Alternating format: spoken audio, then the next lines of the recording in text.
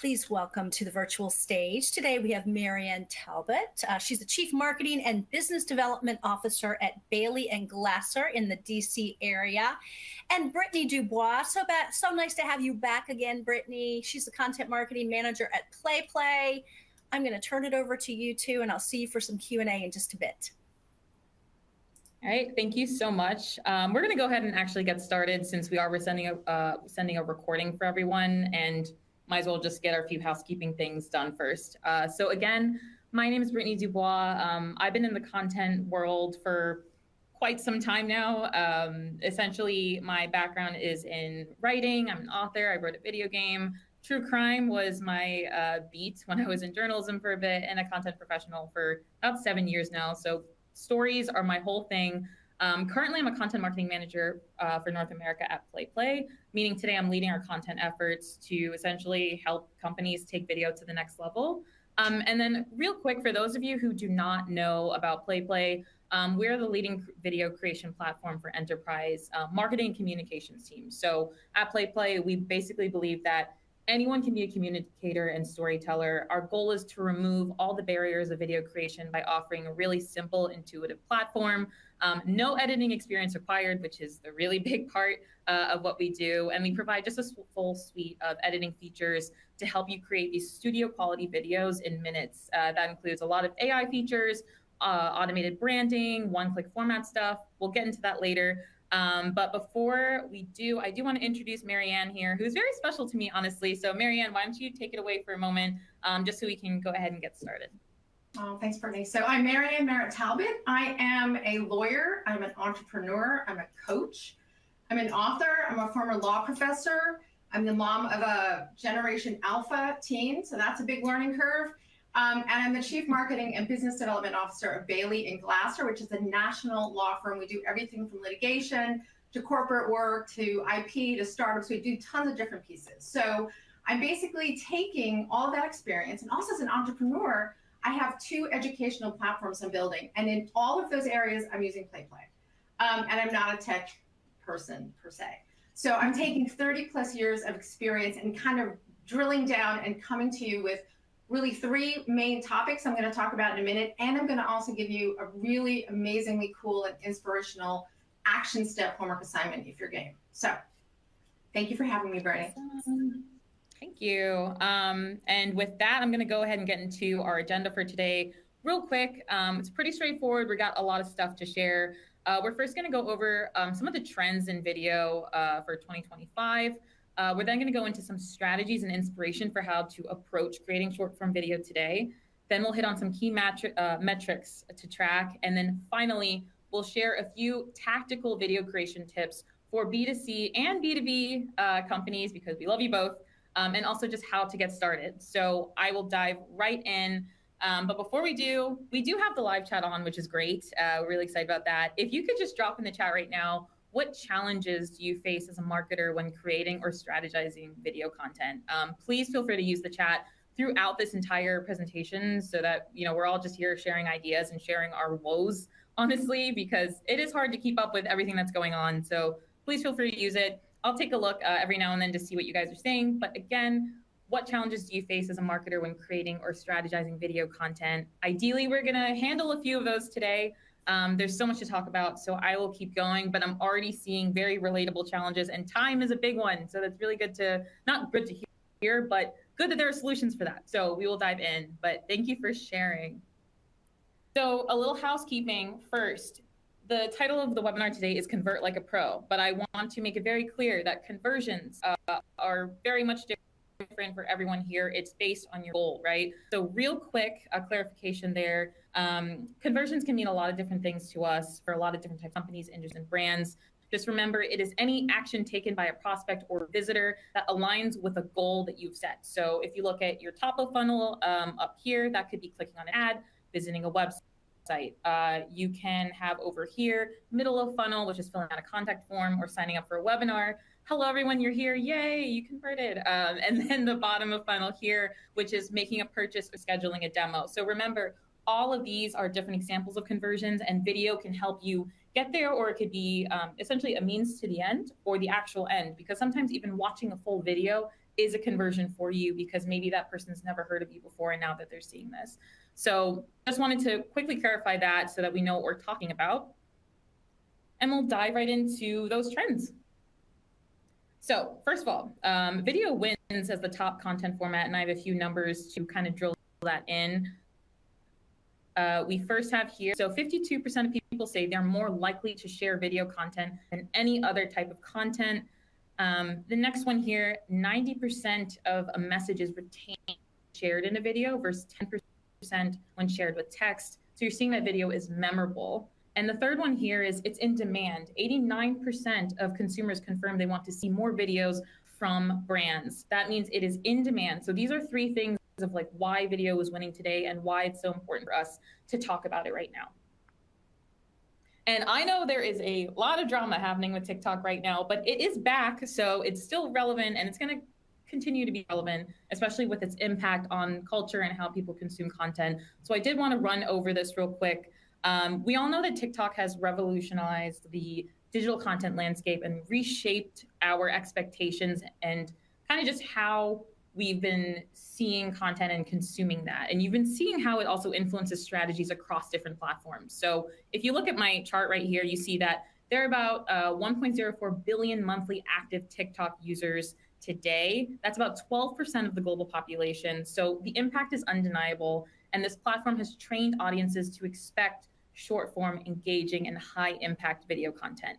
And this shift has led to other platforms to include short form video as well. So you have YouTube Shorts, which we all kind of know about now since it's been a couple of years. Instagram Reels as well has been around, but even look at LinkedIn. LinkedIn has had videos, but now we're seeing them introduce more of this video feed that's really pushing for short form video content. So you're really seeing how TikTok has influenced all of these other platforms to keep up because that's how people want to consume content today. And as they're embracing that, I think it's important to remain relevant and effective for us brands by replicating this style of information delivery across platforms. This new way of learning and consuming through video. And while like TikTok, whether it's gone or not, I know it's back now, but who knows if it gets pulled again, we don't know. Whether it's here or not, it left its legacy, and that's that people want to see short form video, and that's what's important for us to keep up with. People still want it. So I just wanted to kind of set the tone here before I dive into a couple of generation stuff. So I think I did see someone comment in the chat how they're a bit confused about how do the different generations consume content today and where are they. I went ahead from Pew Research Center and kind of put in a chart here to show how the generations are consuming content. So you can take a look at this. Again, we're sharing this later, so study this chart on your own time, but a few highlights. Younger audiences, and you can expect this, right? A lot of them are using platforms like Instagram, Snapchat, and TikTok. Older users, so I'm referring to 50 and above, are more on Facebook and YouTube. And then YouTube continues to be universally popular across all ages. And that makes sense. It's kind of the father of video, honestly, online. That's where content was originally housed for video for a lot of people. And so it's continuing to sit there and keep up with the times, and people are still going there to consume. And then the last one here, LinkedIn usage is relatively consistent, honestly, across all the generations. And it does make sense that it's diminishing as you get older because LinkedIn is really focused on career. And so it, again, makes sense that you'll have a lot of activity for people who are looking for jobs or looking to bump their career, get promoted, all that kind of stuff, keep up with industries. But yeah, that was just a little highlight snapshot of what you'll see sort of by age on these different platforms. And again, a lot of these still incorporate short form video as well, but it's good to kind of see which platforms maybe you should focus on based on your own audience. And then we'll go into some trends. So I'll go ahead and explain each one here. The first one is pretty obvious. We all know that short form video is going to stay, but what may not be obvious to everyone all the time is I want to stress that vertical video and optimizing for the smartphone will continue to be important for the user experience. Because if you know this, you'll want to continue to adapt your storytelling and visual composition strategies to suit the vertical video format. The next one here is AI-powered video creation. And while this one is still new, we're seeing that artificial intelligence will play a bigger role in streamlining video creation over time. we know we can use AI to come up with ideas or concepts or help start a script, but do we know that there are AI capabilities in automated editing and AI storyboarding and even personalized content generation? So there are a lot of more tools coming out, honestly, each day, it seems like, for AI, but it's really good to stay on top of this and see what's out there so it can help you, because I saw time a lot in the chat about what your challenges are, and AI can help with that. Another one here. So I know we're focused on video, but I did want to highlight that live streaming is continuing to take off too.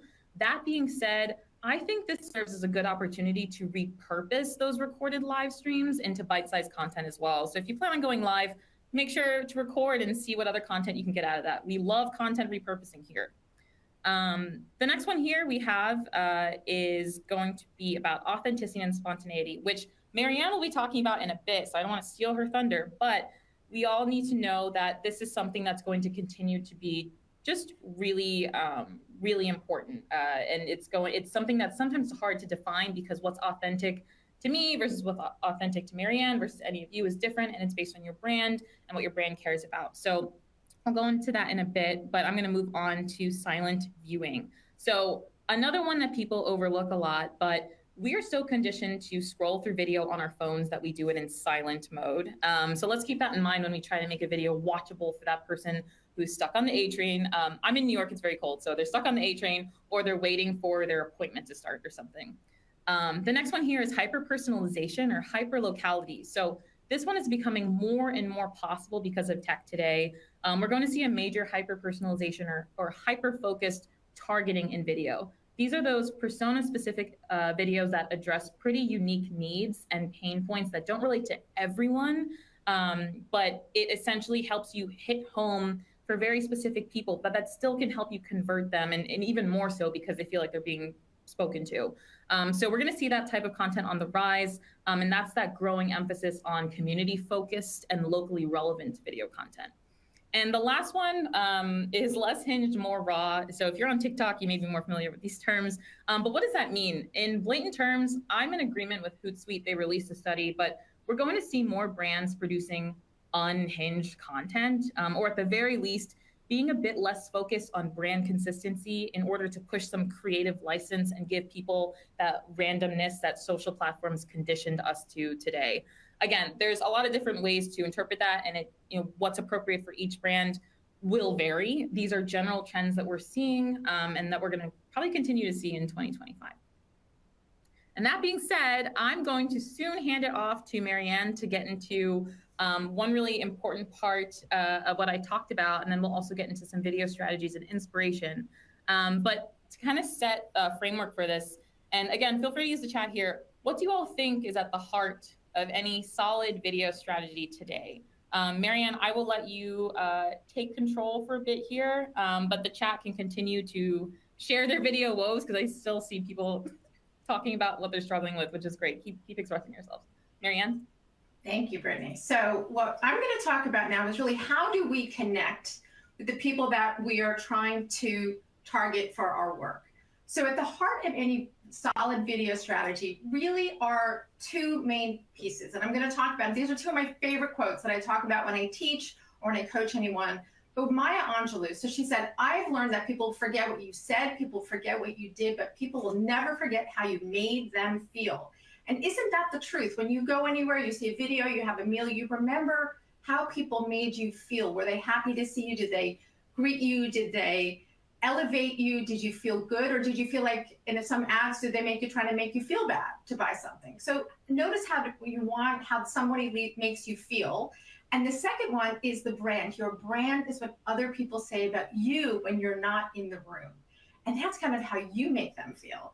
So when you think about those two different pieces, it's really about focusing on, I think the art of authentic storytelling and branding really focuses on three different things. It's connecting with your audience above the surface level. So one way I like to describe it is that we all have our own stained glass windows in front of our faces. And understand that all of us on this call, all of you out there that I'm talking to, you have a stained glass window in front of your face, which is your gender, your age, your sexual orientation, your race, your ethnicity. Are you a parent? It's socioeconomic. So everyone has a different stained glass window. So don't ever think that, oh, another person is just like me, because that's not the case. It's really taking that time to study that person, understand the pain, understand the worries, so you can show them the love and the care that you want to. The second, crafting your message with empathy. Again, being sensitive to diversity and inclusion, avoid ageism, super important, untasteful stereotypes, and focus on who you're serving and not on yourself, what you think they're thinking. Don't get into that trap. Really understand what they're worried about, what they care about. And then the third one is using powerful language. So choosing words that inspire and influence, because words create a world. So breaking it down in a different way. Number one is speaking from the heart. Speak from the heart and not the head. And I'm going to give you an example of that in just a second. And that's where your homework is going to be. The difference between speaking from your heart and showing your passion, show how you care about your work and how you care about the people you're trying to serve. Show that passion. That is what people respond to. And then the last one, again, is words create your world. So choose your words carefully, because love creates loyalty. If somebody knows that you're creating their work with love, they're going to be very loyal to you, versus a brand that wants you to feel bad about yourself and that you just kind of feel repulsed by. We all see so many advertisements. We're all so sophisticated that it's noticing those pieces in even in our bodies that we notice how we respond to. So on that note, I want to give you all some inspiring homework. So this week was Dr. Martin Luther King's birthday. And for those of you who have not seen the entire I Have a Dream speech, I encourage you to go find it. It is hard to find, but there is one website on YouTube that I think has the whole thing. It's about 17 minutes long. And the piece that's amazing about the I Have a Dream speech is you can see in real time, in the probably the most famous speech in history, in modern history, the difference between speaking from your head and speaking from your heart. Because in the beginning of that speech, Dr. Martin Luther King speaks from his head. He is reading from cards. He's reading from notes. And you can see how people are fanning themselves on that hot August day in 1963. He's losing the crowd. And when you think, how could Martin Luther King lose a crowd? He was losing the crowd. And then behind him, the gospel singer Mahalia Jackson said, "Tell him about your dream, Martin." And then he looked up and he started talking about his dream. And that was something that was dropped from the speech. This is part of the history of the speech. And he spoke from his heart. And you will feel it in your bones, the passion that he brought. And you can see that in the audience. So find that one. I think it's Sullen Toys is the one that I found. There's 15 million watches. It's about 17 minutes long. It is so worth it. And really connecting that passion to your own work. So even though we're not necessarily in the civil rights field and what pieces that we're doing here, really understand how it feels different in your body when you're speaking from your heart and not from your head. So I'm going to turn it back to you, Brittany. Fantastic. That is why I brought you on here. I hope that resonated with everyone in the chat, because it was with me. I almost got lost in that. But to kind of wrap up the authenticity part of all of this is it does pay off in the end. We're not just being, authentic to give you a buzzword here. It is working for marketers and for brands. If you see here, 90% of consumers report that authenticity is an important factor in deciding what brands they like. And 81% of consumers say that trust in a brand is crucial for making a purchase decision. So making sure that the messaging that you have is coming from what the brand cares about and in the actions that the brand actually takes does resonate with audiences and does, as Marianne said, builds a love that turns into loyalty, that makes people want to come back to you when they're making a decision between 3 different brands. They want to go with the one that they probably care more about. So we just wanted to wrap that authenticity section with that to show you how important it is, how impactful it is, and how it, from a stakeholder perspective, the numbers show you that it works for us too. And now we're going to dive into 2 video strategies, actually from 2 different brands, to kind of go into what they're doing with short form video. I wanted to start out with Apollo.io on LinkedIn. So they have a video series that's featuring their senior manager of product evangelism and video content strategy. That's quite the title. I feel like a lot of marketing titles are like this now, on cold call objection handling. So let's take a look at it before I highlight a few things. But before we do, I just wanted to point out that their strategy here is focusing on pain points and teaching something and how that equates to engagement. So again, I'm going to show the video now, and then I'm going to show you a couple of things that I think that they're doing well.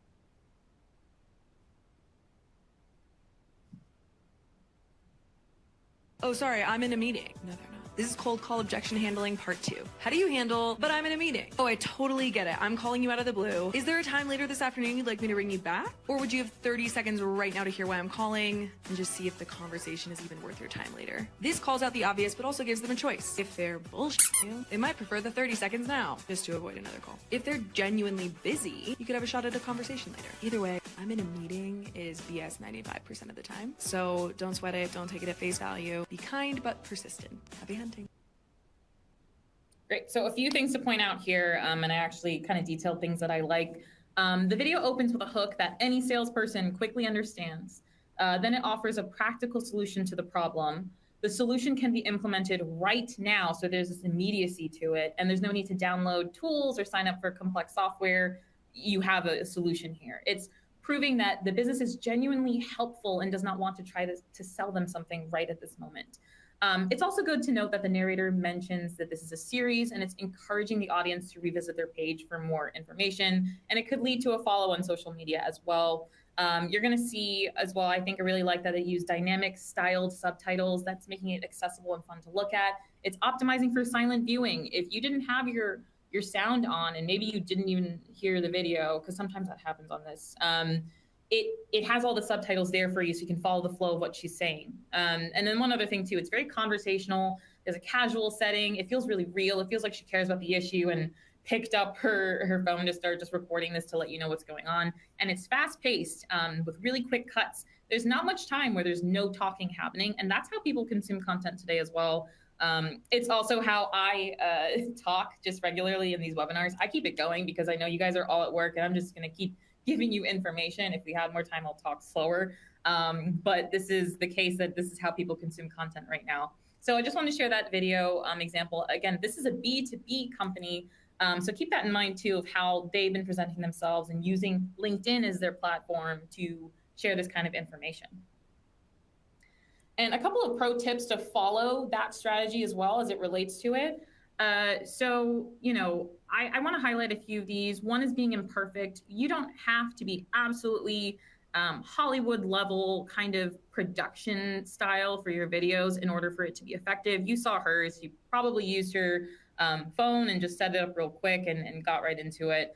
And, we're big on showing the faces behind the brand. So keep in mind that when you're filming humans, they are human.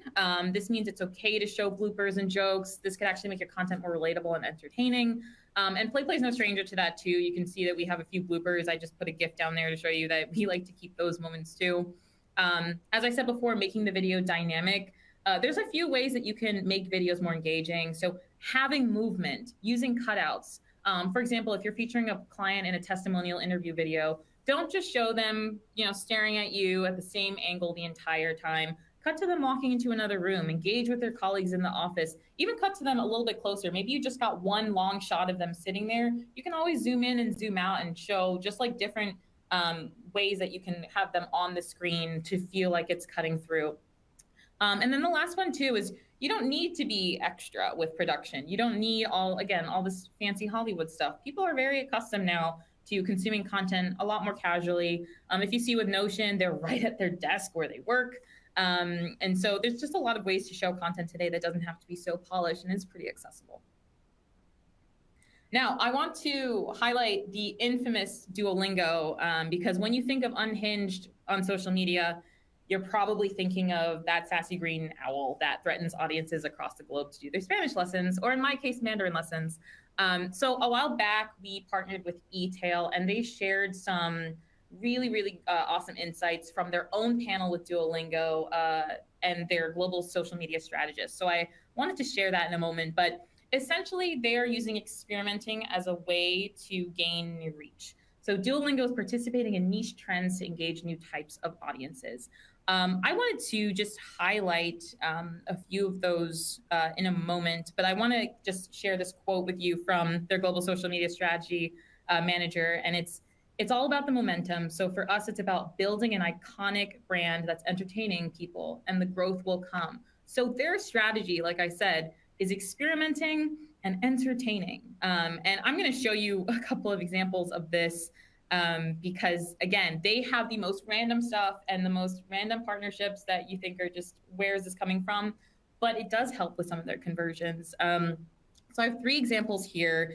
We all know that they built a really strong community, and they're continually before using TikTok as a tool to build out their audiences. So if you see here, this one on the left, that's Duolingo basically doing a parody of the bear, which not everyone has seen the bear. I have not. I heard it's really stressful, so I don't want to stress myself out with it. But a lot of people have, and so they made a parody of that just for the humor. Another one here, in the middle is actually a reference to Roblox. Again, this is likely more of the younger generation, but niche, like not everyone's on Roblox. And then this third one, which I will show in a moment, is their partnership with Squid Game, which is a lot more mainstream. It's pretty timely. It was timed up with actually when the season 2 was rolling out. And it feels really random, but I actually circled it down there, which is someone even commented in this dancing video that it got them to download the app and learn Korean. So I'm going to just go ahead and play real quick that TikTok, very short, but the dancing, I'm stunned that Duolingo even paid for a choreographer to come up with this dance. So just showing it for a second.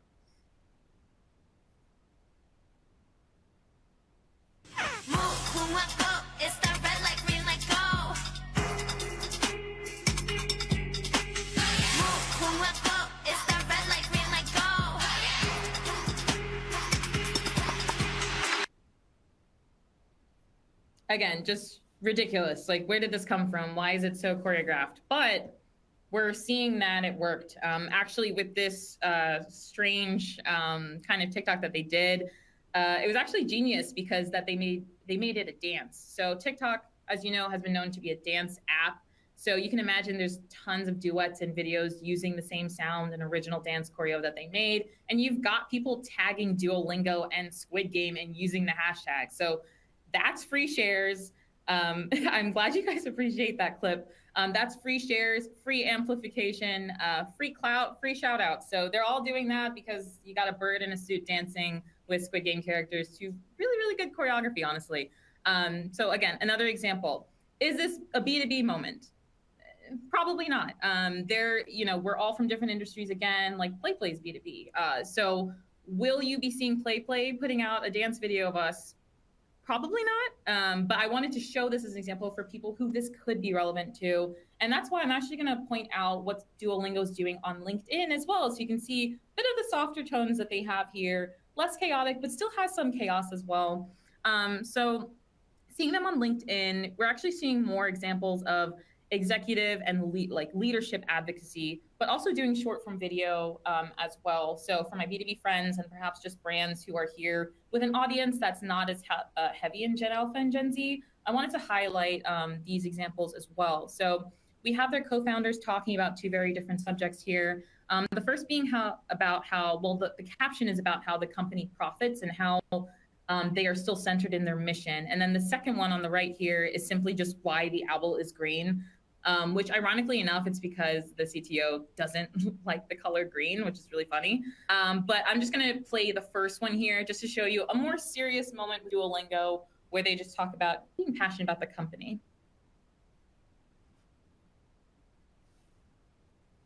I actually really love my job, but I also really am very bought into the mission. I mean, I really think that we can make a real dent into the world, a positive dent. With education, so I want to do that. And again, for context for all of you, the caption in which this video is context to is Duolingo, the account explaining how they profit. So they're talking about how they make money essentially off of clients, but they're also pairing that with being so invested in their mission, showing a human face behind it, showing how much a co-founder cares about what they're doing. So it is a moment where you're kind of thinking, okay, this feels more authentic. They're essentially talking about how subscriptions in the caption, how subscriptions and people paying for subscription on the app helps them make money to continue to achieve their larger mission on education. So it feels more authentic. It doesn't feel icky. It may encourage you to go, what the heck, and subscribe because you feel like you're at least putting your money towards something that may be making a larger impact and benefits. So is this unhinged? No, but is it more human? Yes. And even with how they're sitting, if you look at the composition here, they're relaxed, they're present, they're not alarmingly taking up too much space on the screen too. The distance from the camera, the glasses, which is another funny part, obviously they just wear glasses, it works. So I just wanted to point that out as well. And then I had one more thing to share about Duolingo. I think someone in the chat actually mentioned that they shared what's going on in light of the TikTok ban. So shout out to that person, bonus points for making that comment in the chat. We're going to acknowledge, what went on with TikTok for a second, because Duolingo did on LinkedIn. So context for you all, Duolingo actually saw over 200% growth in new Mandarin Chinese learners in the US compared to this time last year. And a lot of it was due to the impending TikTok ban and people migrating to the Chinese app RedNote, where people were just creating UGC about their new interest in the language. So Duolingo capitalized on that quickly, and they have a video that got 20 million impressions on TikTok. We'll watch real quick. This is a bit unhinged, and for people who know TikTok comments, this is what it's based on, is basically translating common TikTok comments into Mandarin for those new learners.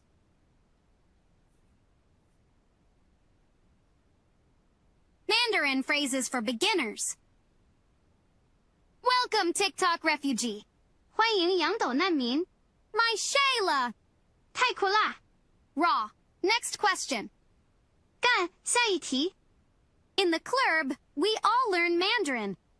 咱们今天开始学中文. I'm now a Mandalorian. 老子现在中文10级. So that was a video, again, super short, but you see that they're capitalizing on the moment. They see there's a lot of people who are interested in Mandarin. They quickly, in an airport, put together this TikTok, made it relevant. And again, I got over 20 million impressions on TikTok. And again, if you don't know, those were common chaotic American TikTok comments that they translated into Mandarin. Pretty, yes, I know, Christine's comment there, yes. But yeah, they were clever with this one. And a little quote from that LinkedIn post itself from Zaria, who is their senior global social media manager. We approached it in the way we do best. Minimal time from ideation to post. See you on YouTube Shorts. So again, TikTok's back, but looks like they may be pivoting to YouTube Shorts for a lot of their short form content, TBD on that. But again, the strategy here is speed and cultural relevance. They're taking advantage of these cultural moments and going out with a bang in light of, again, the impending TikTok ban at that time. So a couple more ideas, just general ones for you all, just on the screen. I wanted to call out a few because I'm a big fan of this or that videos. These are fun videos you can get to know your colleagues, their interests, hobbies, a deeper level than work. Day in the lives of folks who are either your customers. I used to work in ed tech, so we love to do that for our students. But it could be also employees that you have. Giveaways and contests are always a major one. Meet the team, content, and repurposing. Yes, Andy, they do travel with a Duolingo head. That's actually something that they do at the company to make sure that they're always ready for content, which is wild, but they are devoted.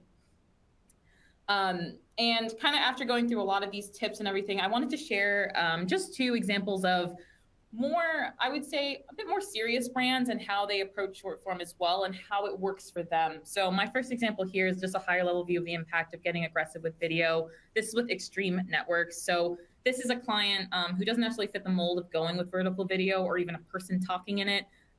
Extreme Networks, they have actually raised their video output last year by 400% thanks to being able to create a lot of the videos that they do and scale that process. And through this, with videos like this, they saw actually a 20% reduction in cost per click on LinkedIn social ads. And they saw a 50% increase in clicks on their social posts in general because of incorporating video like this, which is a major win for the brand in this past year, thanks to them upping their video strategy. So again, showing you an example of ones that are not like the ones we just saw. This is more serious, still dynamic, not vertical in any way, likely not for Gen Z necessarily or Gen Alpha, but this works for this brand. So I'm gonna play that right now.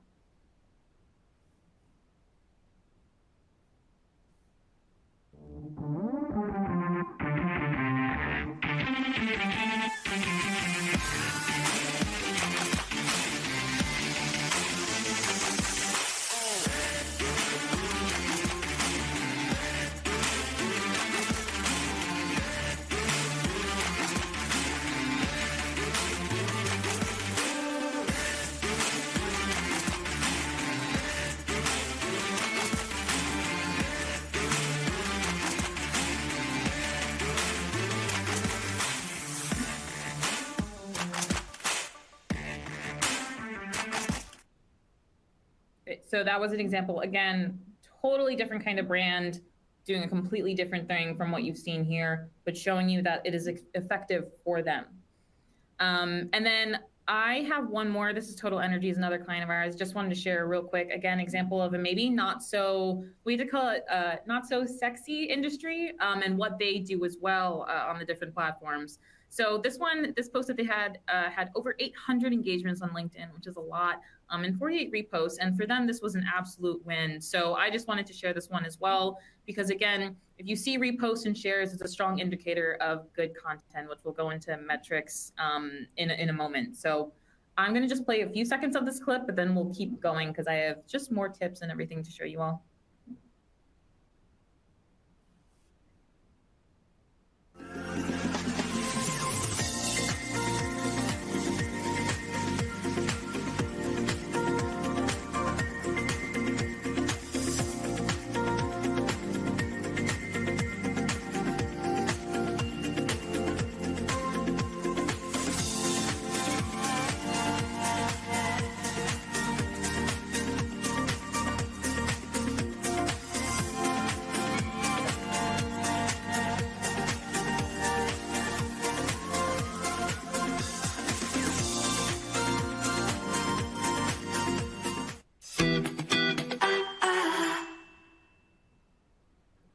So again, not like Duolingo stuff, not like Apollo.io stuff. Very much using a lot of great studio like quality kind of effects and everything to share what they need, and got a lot of engagements, and that was a win for the brand. So again, there's so many different kinds of ways to have your short form work for you. You have to kind of define that. And of course, what's important is tracking key metrics. So I'll just quickly go into these because again, it's so different for everyone. We're all different types of companies. So I'll just kind of run through these very quickly. You'll see here some core engagement metrics to keep in mind. These are quantifiable ways we measure how our audience is responding to our content. So we all know likes, it's the most basic form of engagement. It shows someone appreciated the content enough to take action. Though particularly today, it encourages the algorithm to show them more things like this. So likes are honestly more, have more weight these days than before. Shares or reposts, again, like I said before, that's just free promo. Comments are great for qualitative feedback. The number of comments is significant, but I do think the actual content of the commentary is important to consider here. Remember that there's lots of trolls and bots, especially today. So very much keep in mind that when you're looking at your numbers, and very much keep in mind that you want to kind of just save some comments that are really helpful for you and insightful for how people are taking your content. There are also saves. Those are specific to certain platforms, but think of them as bookmarks. It just tells you that your content is so valuable that they want to save this content to watch later or watch it again. View time and drop-off rate are pretty related, but essentially view time is telling you how long people are watching, which can then indicate how engaging or relevant a video is. So keep in mind that, you know, someone watching 80% or 8 seconds of a 10-second video versus 48 seconds or 80% of a 1-minute video are two very different things. So don't just look at the percent, because you may just be pushing out a bunch of 10-second videos and saying, oh, people are watching 80%. Keep in mind how long these are. And then drop-off rate also will just kind of be a big indicator for video, which is the percent of people who did not watch the full video. These days, a lot of people don't watch full videos, so do not feel bad if people are not watching the whole thing. But you definitely want people to watch enough to get to the main point of what you're trying to share. So make sure you know where in the timestamp your main message is and make sure that they get there. And, you know, again, why do these matter? You get audience insights. You get to know what your audience likes, what resonates with them and what doesn't. It just helps you make more targeted content in the future. You also will just have data to improve your content. And of course, these metrics also just give you a way to measure your own success against your own goals. And last thing here I wanted to add is click-through rate. Obviously, you want a higher click-through rate in terms of people actually clicking through that call to action from your video. Could be a link to a landing page, a product page, sign up, whatever it might be. It's really straightforward in video ads because the link is right there. But sometimes on organic platforms, it might be a little bit harder to track your click-through rate depending on what you have set up. So one example I have for you is, let's say that you have a post on your Instagram Reels and you know you're going to send people to a specific link. Make sure that link has a UTM so that we have some tracking there, or get a sense of, okay, I have this amount of link in bio clicks before this video. How many do I have after? There's just different ways that you can kind of try to connect your video and attribute it a bit to how people are converting. And we're going to go into our last bit, which is the tactical tips for creating and scaling your short video content. I will run through these a bit faster in a moment, but I would love to get y'all into this poll here. You could just quickly put your answer, but which aspect of short form video creation are you most eager to improve this year? I've A, script writing and storytelling, B, technical elements, C, platform specific strategies. So that's LinkedIn best practices, things like that. Or D, audience engagement and call to action techniques. I know you care about all of these things, but I would love to know what is most important to you. And I'll share the results in a second. I'm just going to give you probably another 15 seconds or so to really get some answers.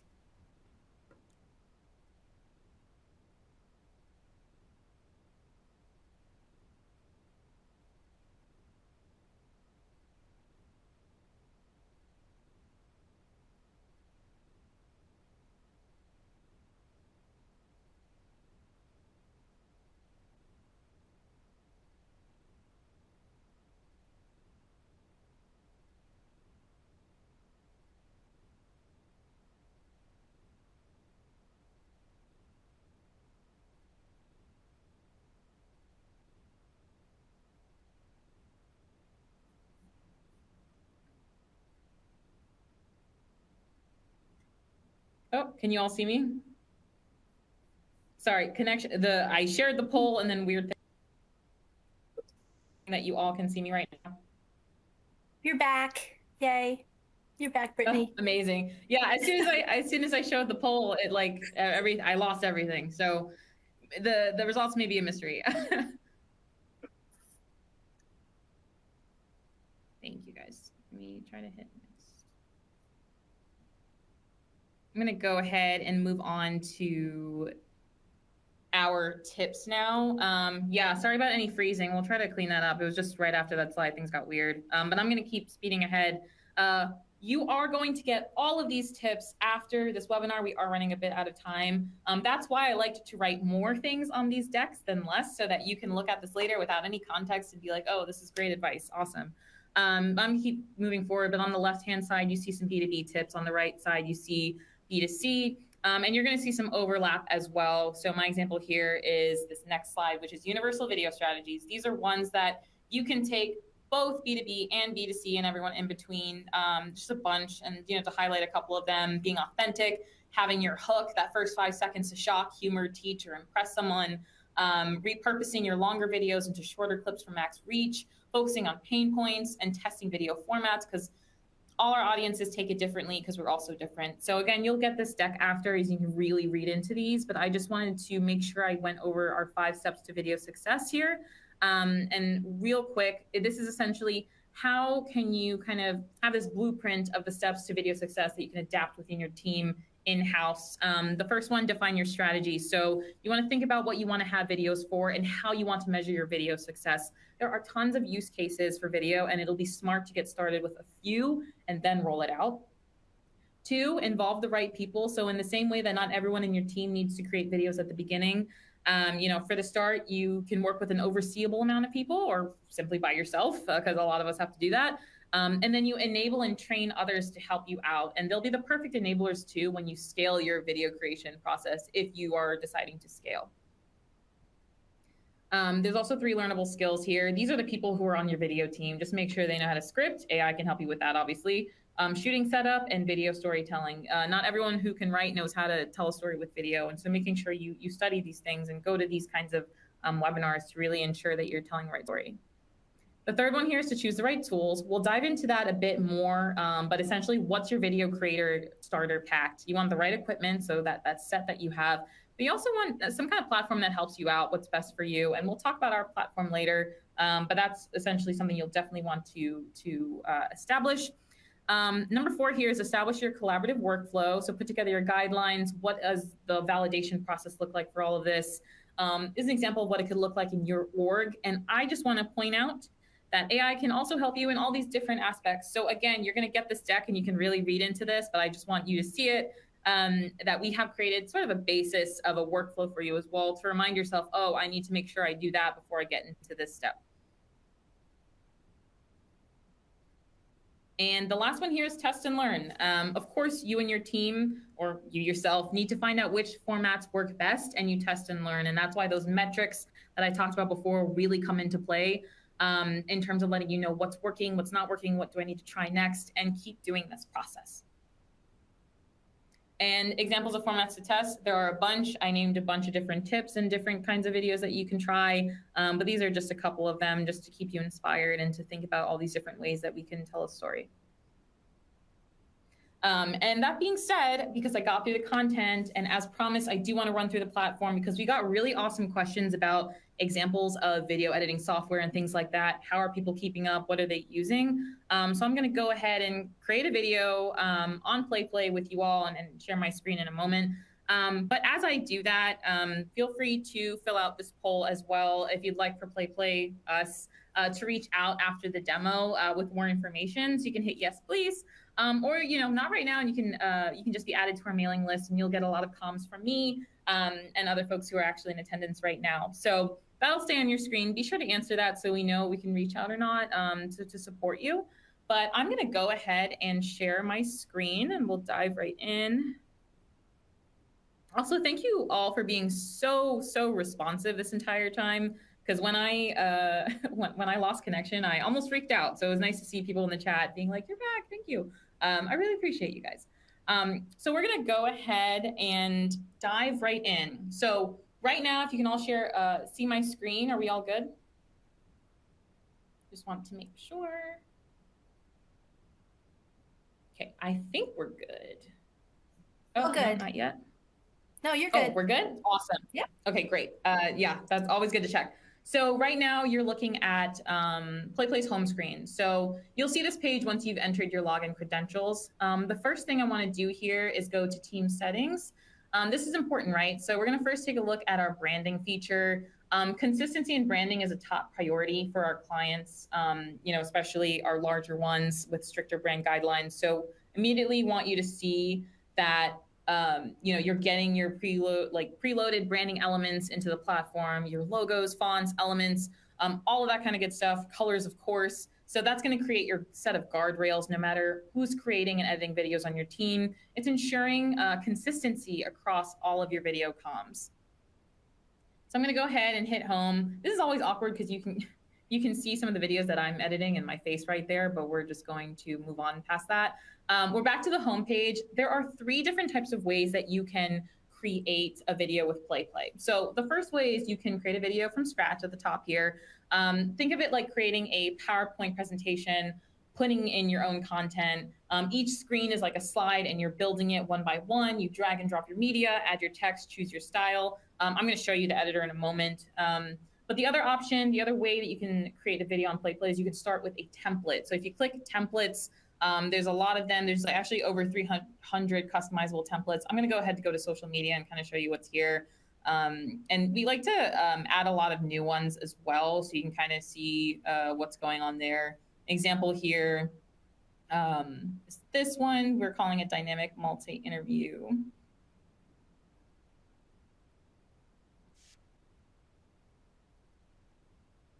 So again, showing you an example of what's already set here as a template for you, if you wanted to start with a template. And then going back, oh, and also remember with these templates, you can always edit and everything. This is just a way that you can start and not start from scratch. Now, the one I really wanted to highlight, which has been a hero, is our AI video assistant. This has been really, really popular, especially at a lot of different conferences that we go to. So our AI video assistant is pretty much our biggest thing right now. There are 3 different ways you can create a video with AI. The first way is you can use a prompt to video feature, which is you enter a sentence or 2 explaining your video. The second one is URL to video. So this one's really great. You can drop in a URL, so like a blog post, a web page, a press release. Our AI will read that video and create a video, read that page and create a video for you based on the information there.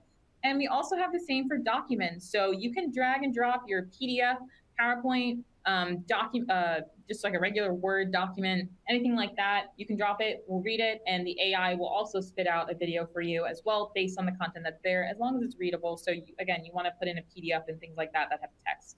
But the one I want to go to is our prompt tab. So we're going to create a video by providing a simple prompt. Think of this like ChatGPT, but for video, right? So I'm going to go ahead and put my pre-written prompt here. I'm going to hit start. And this kind of just shows you the different questions that the AI will ask you based on what you wrote. I didn't write a lot, so obviously it doesn't know exactly what I want. So it's going to ask questions like, can I get more context? Is there specific background information about the new hires? Key info, what's the audience, things like that. But let's say I go back, I can also add a couple of things too. Maybe I want it vertical, so I'll switch that here. You can put your industry, the audience, the language, and what kind of tone you're going for. So remember, you can tailor a lot of it, be more specific and everything. But I'm not giving it a lot of context for now. I'm even going to skip this part. I'm not going to show you the whole conversation that I will have with it. But that's essentially what that's going to look like. I'm going to go ahead and just go straight to create the storyboard based on what it has here. And it's basically cooking up some content based on that very basic prompt that I gave it. Again, I didn't give it a lot to work with. So it's going to work with essentially that, filling in things it knows about hiring and what a hiring video will likely look like. But you'll also see once it loads that essentially it will show you a storyboard. So you have different screens here. You can choose different stock that it offers you, or you can drag and drop your own. You also have a whole stock library that you have access to. You can change the copy that it provides. Obviously, the copy is not going to be exactly what you want because, again, I didn't write that much in the prompt. But generally, it tells the whole story of what you have going on here. And then you can preview it. So I already have pulled up an example of it kind of doing its thing. And this is what it ended up spitting out after I lightly rebranded with some play moments.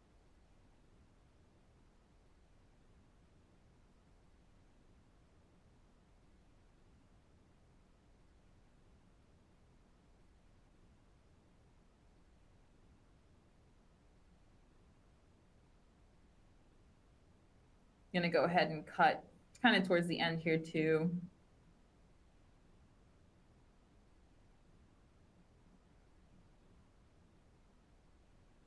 And as a reminder, you can put in your own footage. Obviously, this is more effective if I used like actual play players, but we used stock media that it already had for you, and you can always switch those out. But now I'm showing you what our editor looks like real quick.